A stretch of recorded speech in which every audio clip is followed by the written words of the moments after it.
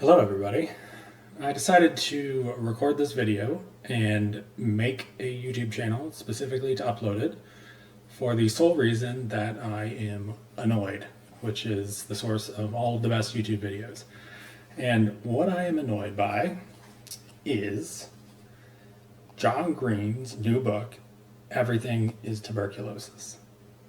Now, I have never read anything by John Green before. I know very little about him, but this book sounded interesting, and so I checked it out from the library, and I have been reading it. I'm about a quarter of the way through. I'm not done. It could end up being a great book. So far, it has honestly been fine, but there's one part in it that has really gotten under my skin, and so I just wanted to talk about it.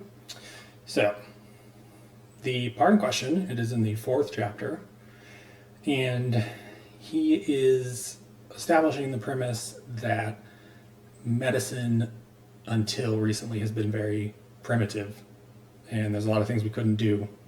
Couldn't really do surgery, most people would die, didn't really know what was going on inside the body, and all that is true. The premise is not wrong, but the example he uses, I gotta talk about it. So I'm going to quote from the book. This is a relatively long quote, so stick with me. So he says, "To try to understand the state of medicine in this era, I sometimes think of the 18th century physician Johann Storch, not sure, whose patient histories were the subject of Barbara Duden's brilliant book, The Woman Beneath the Skin."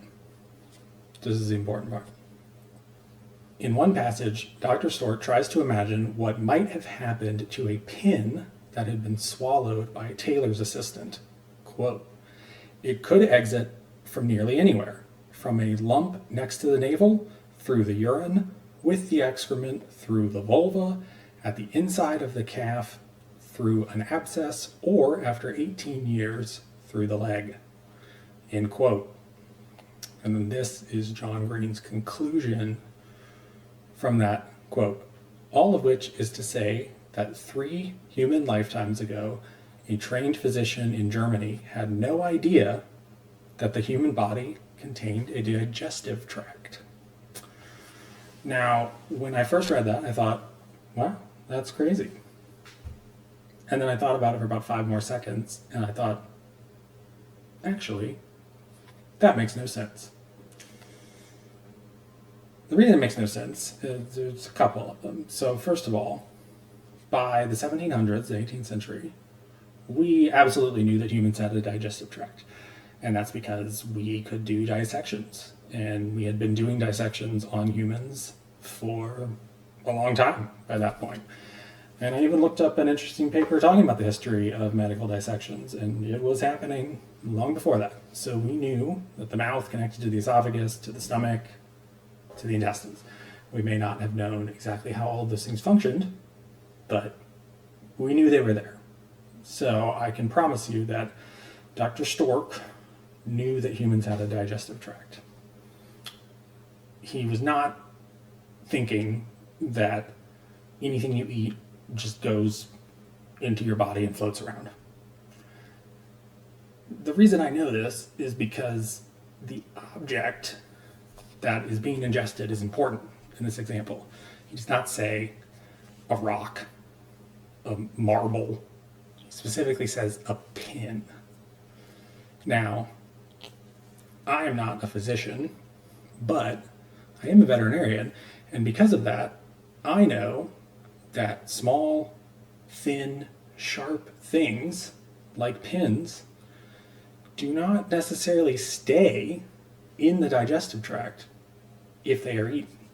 They can migrate outwards. They can push their way through the wall of the digestive tract and can end up anywhere. And really, that's what the doctor is theorizing about. And as hard as it might be to believe, that is a thing that happens.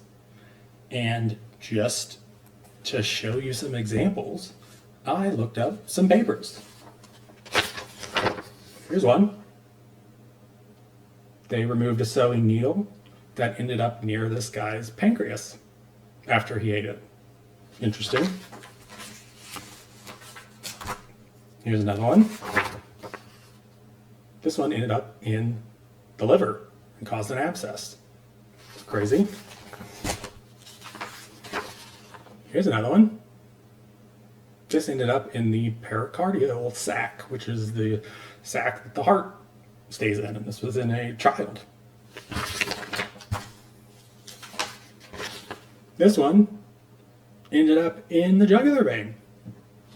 Not good. Now, you remember in the quote, he says, could end up in the leg after 18 years. That's wild. Well, here's one. This lady had some needles floating around in her abdomen for 40 years before they were found and removed. Since I'm a vet, I had to include at least one vet article. Here is a cat that ate a needle and it ended up in its brainstem. Not good. And just to cap it off, the part that I thought was maybe the most far-fetched in the quote was when he said it could end up in the urine. Well, guess what? In this paper, a patient in India had multiple. They were in different parts of its body, and one of them was inside the bladder. And they had to cut into the bladder to remove it. So, all of that can happen. And I would say, I don't know if this doctor had ever seen anything like that, but his hypothesizing was actually pretty darn accurate. All of those things can happen. So, in reality, this is not an example of this doctor not knowing things. He's actually doing great doctor stuff. He knows that this is something to worry about.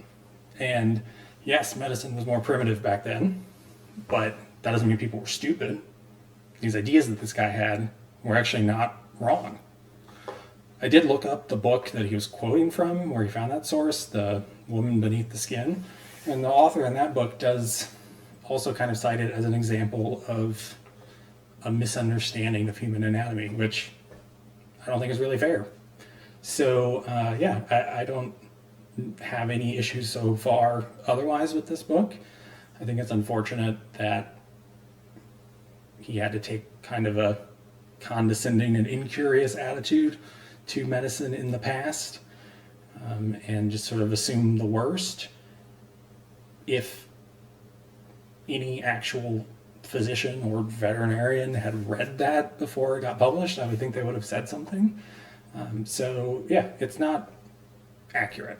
And I am here to defend the honor of Dr. Storch, whatever his name is, 300 years later, because I think John Green did him dirty. So I will keep reading the book and see if the rest of it is any good.